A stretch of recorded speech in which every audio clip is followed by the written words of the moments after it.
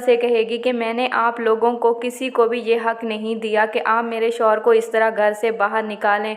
हक जताने के लिए हक का होना ज़रूरी होता है और मैंने किसी को ये हक नहीं दिया कि कोई मेरे शौहर की इस तरह बेइज्जती करे। इसीलिए आइंदा ऐसा कुछ भी करने से पहले सोच लेना। हमज़ा हैया की ये बात सुनकर बहुत ज़्यादा हैरान होगा, क्योंकि कल तक जो हैया उससे मोहब्बत करती थी, आज वो इतने गुस्से में हमज़ा से बात कर रही है, वो भी सिर्फ़ और सिर्फ हादी के लिए।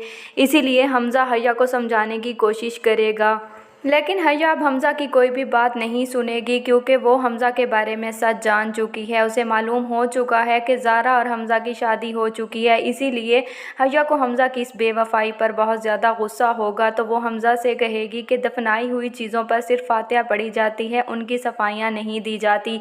इसीलिए मैं अब तुम्हारी कोई भी सफाई नहीं सुनना चाहती। हैया वहाँ से चली जाएगी और वो हमज़ा की कोई भी बात नहीं सुनेगी। वहीं पर दूसरी तरफ दिखाया जाएगा कि हुरिया जब हारिस को किसी और लड़की के साथ देखेगी तो वो सीधा उसकी बहन के पास जाएगी और उसकी बहन से कहेगी कि आपके भाई ने तो मुझे बहुत बड़ा धोखा दिया, लेकिन मैं इस मासूम जान को लेकर अब कहाँ जाऊँगी। आप लोगों को मेरा ख्याल नहीं, आप लोग मुझे तो इस घर में नहीं रखना चाहते, लेकिन इस मासूम के बारे में ही सोच लें जो अभी इस दुनिया में भी नहीं आया और वो किसके पास। हारिस की बहन वहाँ से हुरिया को धक्के देकर घर से बाहर निकाल देगी। हादी जब घर आएगा और वो हुरिया को इस तरह देखेगा तो हादी को शक हो जाएगा कि हुरिया ज़रूर उन लोगों से कुछ छुपा रही है।